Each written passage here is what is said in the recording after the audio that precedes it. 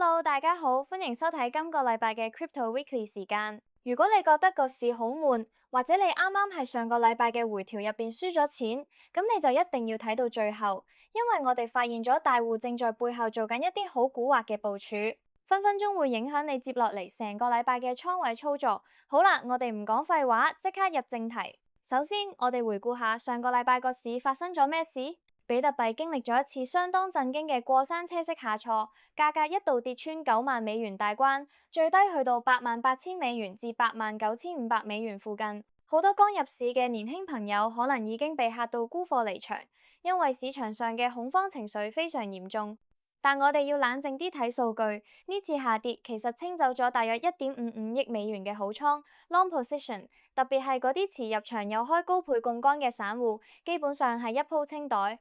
有分析指呢種急跌並唔係因為有咩突發嘅壞消息，反而係好似有幾隻無形之手，即係所謂嘅市場莊家，佢哋特登將個價壓落嚟，目的就係要殺合約市場入面嘅長倉，搶走你手上嘅籌碼。但我哋跟住睇下技術圖表，其實情況並冇大家想象中咁差。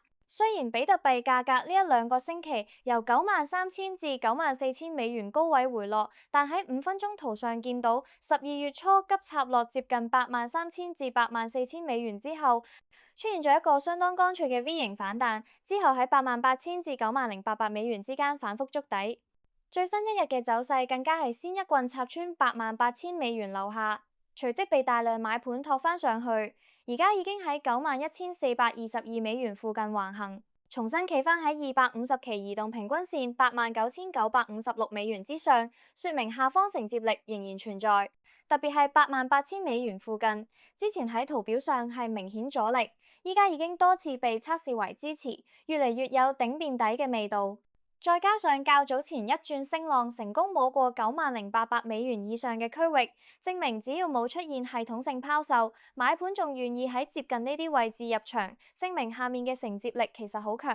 咁究竟係邊個接緊貨呢？我哋睇下鏈上數據就知。雖然散戶嚇到走佬，但係 BlackRock 嘅 CEO 就透露，原來主權財富基金一直喺度掃貨，無論係$80,000定係$120,000，佢哋都照買。But I can tell you there are a number of sovereign funds that are standing by. They're adding incrementally at 120, at 100. I know they bought more in the 80s. Right. That's fine. And they're establishing a longer position.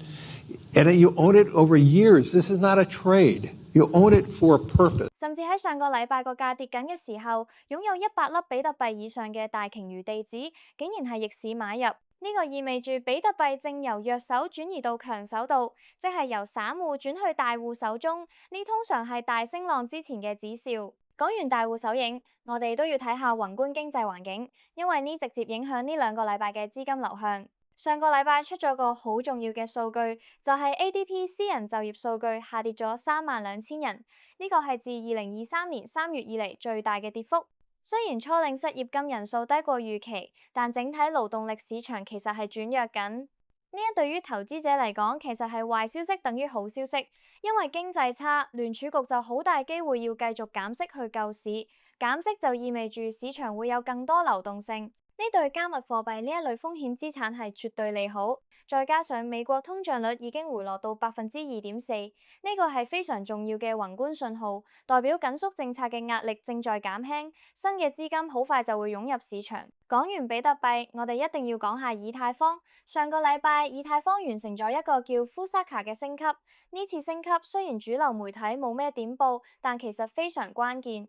簡單嚟講，呢一次升級提高咗 Layer 2 L2 網絡向以太坊主網交嘅租金。以前大家會問，價值都去晒 L2 度，揸住 ETH 有咩用？依家個升級就話你知 ，L2 係租客 ，ETH 係業主，業主加租 ，ETH 嘅收入就會增加。呢對於 ETH 嘅長遠價值係一支強心針。好啦，分析完上個禮拜嘅數據，咁今個禮拜同下個禮拜個市會點行呢？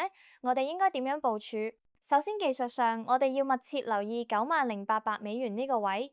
如果比特幣可以企穩喺$90,800之上，咁佢就有機會再試$98,000，甚至$105,000嘅高位。相反，如果之後再次跌穿$85,000至$88,000呢個支持區間，短線升勢就會被破壞，大家就要更加小心。不過由依家嘅結構同成交配合去睇，要喺現價基礎之上再直線跌多3成至4成，重新複製上一次大瀉級別嘅機會其實仍然偏低。未來呢個禮拜有一個超級重要嘅日子，大家要 mark 低，就係12月15號 SEC 會舉行一個關於加密貨幣嘅圓桌會議。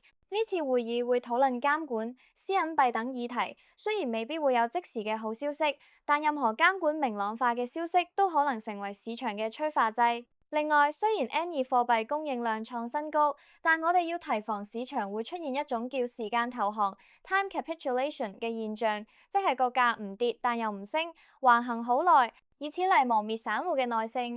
呢種時候往往係大戶最開心嘅時候，因為佢哋可以慢慢吸納你因為悶而沽出嘅貨。所以針對今個禮拜同下個禮拜嘅預測同策略，千祈唔好依家去追高開好倉。數據顯示，好多人喺高位追入去，結果被殺倉，反而係在回調下跌嘅時候分段吸納先係王道。正如我哋見到嘅數據，合約市場嘅 shorts 正在累積，呢個反而可能成為推升價格 short squeeze 嘅燃料。多謝大家收睇，我哋下集再見啦，拜拜。